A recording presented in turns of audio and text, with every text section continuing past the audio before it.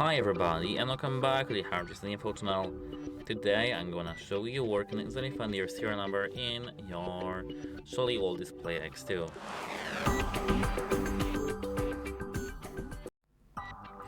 Actually, serial number is very useful when we do want to refund, for example, our wall display or fix some issues and report it. At first, tap this gear icon and here tap on the General, not Screen, General. Now scroll all the way down to the About device, and our serial number is over here, same as with the device ID, numeric device ID, and hardware revision.